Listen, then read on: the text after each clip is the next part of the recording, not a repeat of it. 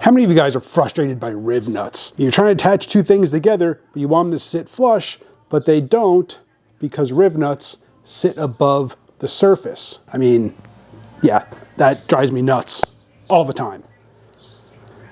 That's why I made a tool, I made a dimple die to recess the head of a RivNut. I'm going to show you how I did it. All right, so for this whole RivNut dimple die tool, I picked up some 5/8 cold rolled rod, and this is going to act as the punch. And then I picked up some 1-inch DOM tubing that has a 3/4 hole.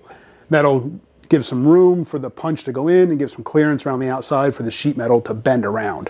So first thing I want to do is I want to cut a piece off the DOM tubing. I only need about 15 millimeter, half an inch or so, a little bit more than half an inch. So I'm going to cut that out. And I'm going to work on kind of the recess part where the metal is going to bend into. I'm going to work on that part first. Let's get to cutting. So with this piece cut out, what I want to do now is I want to add a chamfer to that inside edge. That way when the punch goes in and you bend that metal, it's not trying to bend it around a sharp corner. It'll have a chamfer to it. So what I'm going to use is this tool right here. It's a pneumatic, just chamfering tool. I'll leave a link to this thing down below. This is a great tool for really kind of like cleaning up edges, adding chamfers, and just kind of adding a little bit of extra quality to whatever it is you're working on. So this chamfer is adjustable. It's got two little set screws here on the side. Loosen those up, and then you can turn this whole thing and adjust the depth of that chamfer. I do want this to be a pretty aggressive chamfer, just because the metal is going to bend around that. But I'm going to start off easy, and then I'll slowly increase it. I don't want to try to take off too much at once. This is a great little tool and makes quick work of stuff like this. And make sure you wear hearing protection because this thing is annoyingly loud.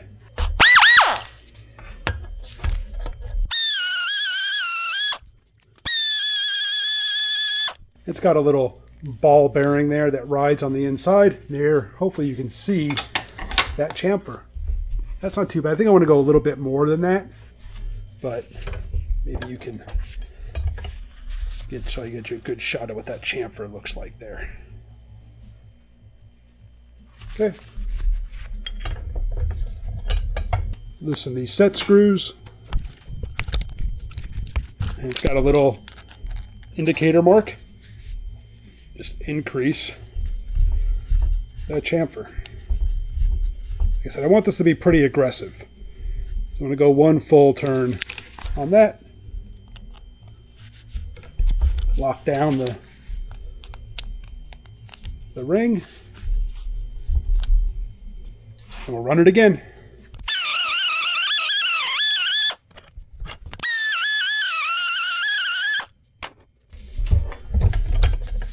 And there you can see it's a nice aggressive chamfer on that. All right, so there you can see, I'm not sure how well it shows up on the other camera, but you can see that it's a nice aggressive chamfer on that. And that'll just ease that edge so that when you press in, the sheet metal can bend around that chamfer, just giving a cleaner bend to it and not having it trying to bend over a sharp edge. But what I got to work on now is the bottom of it. So what's going to happen is there's going to be probably a 1/4 inch bolt I'm going to use to make this whole anvil. So what I have here is I got this set up. I'm going to see how this works. So what this is, it's a large outside washer, and that will close the hole. That'll be enough to kind of cap the end of the DOM tubing. And there's a smaller washer there in the middle that I ground down. I just put this whole assembly in my drill, spun it, used a grinder on the outside, and was able to get that washer ground down so that it's small enough. There you can see. Come on, focus. What are you focusing on? Focus right there. There we go. So there you can see that washer is ground down. This whole thing will slide together like that. That nut, that's all going to get welded together and then welded to another nut right here that I eased the edges or the corners. See, I ground those corners down and I drilled out the threads. And that whole thing will weld inside of that DOM tubing like that. Maybe a little hard to see. You'll see when I start welding this up. Hopefully I have enough argon for my TIG machine, because I want to TIG weld all this just to prevent any spatter from making a mess, and I think it'll just be a cleaner setup. So I'm going to start by kind of welding all this together, and hopefully this will make some more sense as you see it actually come together. I'm wondering if the magnet is throwing this off. I know I've already kind of got it a little bit. I'm going to try it without the magnet.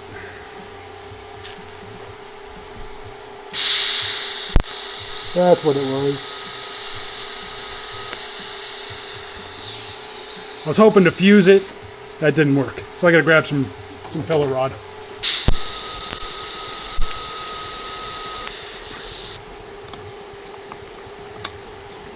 Well, that looks like junk. Been a long time since I tried TIG welding.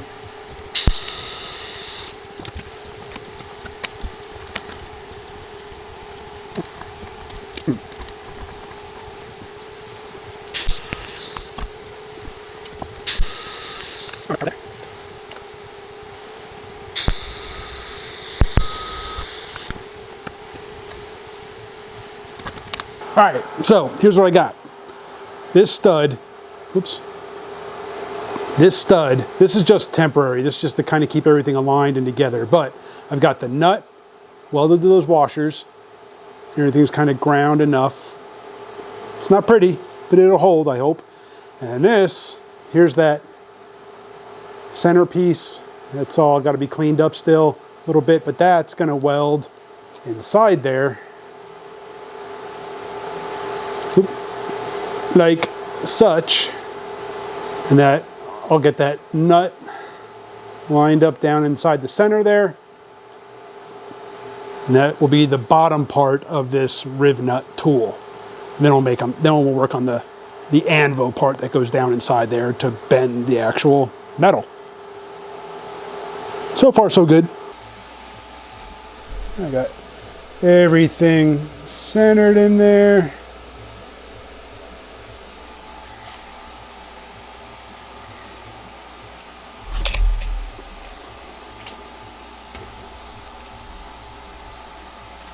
Oop, shit. Let me clamp that together, maybe. Hopefully a clamp will help hold that together.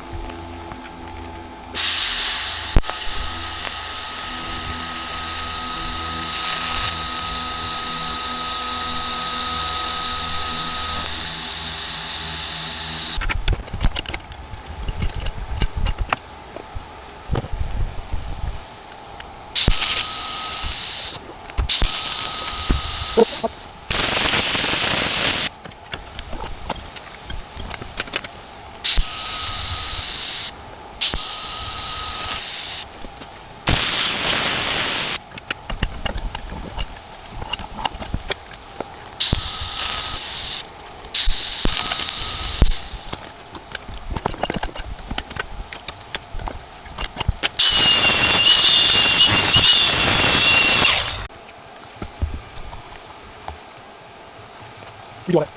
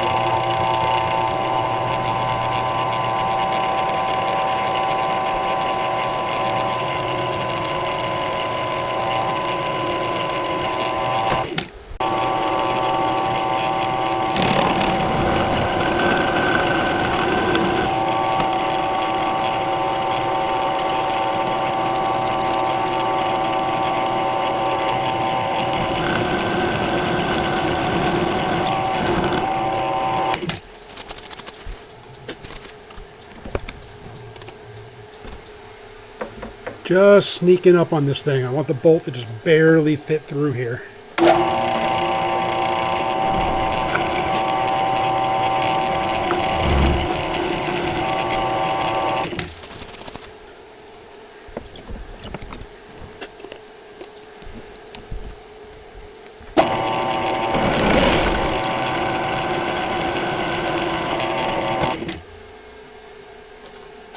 There we go. What I use there, I've actually got a cheap like Vevor 3-jaw chuck for a lathe. I'm gonna leave a link down below. That comes in really handy for doing stuff like this where you want to drill right in the center and hold something round. It works better than like a drill press vise or something like that. All right, so what I've got now, I got the anvil and I chamfered that just like I did the inside piece. Not nearly as much, but still it's got a nice chamfer on there. And now this, you get a bolt, goes through there, and I've got some, this is just some 22 gauge that I'm gonna see how well this works. And then if it works there, I've got some 16 gauge to try it on also. So I'm gonna chuck this up in the vise. Now I still gotta clean this all up. It's not perfect, some of the holes aren't aligned, but you know, for not having like a lathe, machine tools, doing this basically with hand tools and a benchtop drill press, it's not bad. So let's we'll throw this up in here. Let me clean that up a little bit, get the burrs off that.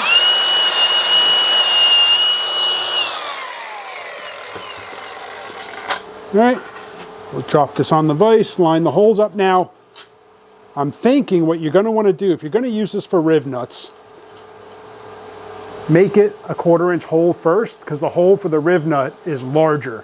Because I'm not sure how much this might stretch that hole out, and you don't want the hole to get too big. So obviously start with a smaller hole, like a 1/4 inch, just big enough for this bolt to go through. And then get a wrench, throw this on here. Can you see what I'm doing there? There we go. All right, and we'll just tighten it down. And let me make sure it's good and tight. I'm gonna probably grind some flats in that, and we just start tightening it. It's dimpling it. It's putting a dimple in it. Now, you don't want to go too far. I would say until you know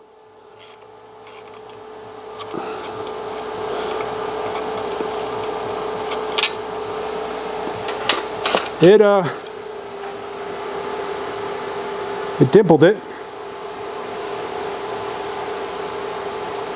So yeah, obviously I had already tried it before, but I did a dry run first. But then you get your RivNut. Where's my test RivNut there?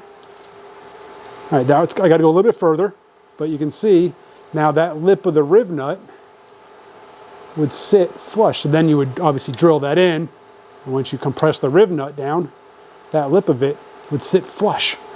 So now, like I said, I had already tried it on that 22 gauge. I knew it was going to work. But I haven't tried the 16 gauge yet. So let's see if this will work. It made easy work of that 22 gauge. I got to tighten that clamp. I definitely got to grind in some flats so that it'll sit better in the vise. Let's just see if this works in 16 gauge. May have to bust the impact out for this. Let me do that. 7/16. And like I said, this is probably where grinding those flats in would help, because I have a feeling it's going to spin in the vise.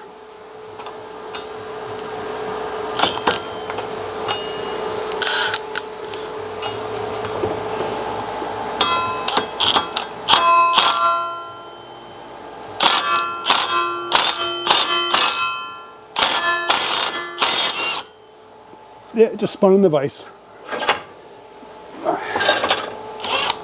Oh no, I sheared the bolt. Yep, sheared the bolt off. All right, but it did dimple it. So maybe a grade 8 bolt would be better, but it definitely still dimpled. Where did my RivNut go? I don't, there it is. Bench is getting to be a mess. But it dimpled it enough that it would sit basically flush with this even 16 gauge. So for like a firewall, if you're going to mount something to a firewall in your vehicle, it's thinner sheet metal than 16 gauge. This tool works great. And that bolt came out no problem. So yeah, probably if you're going to use it on 16 gauge, probably use a grade 8 bolt. But for thinner stuff, that works very nice.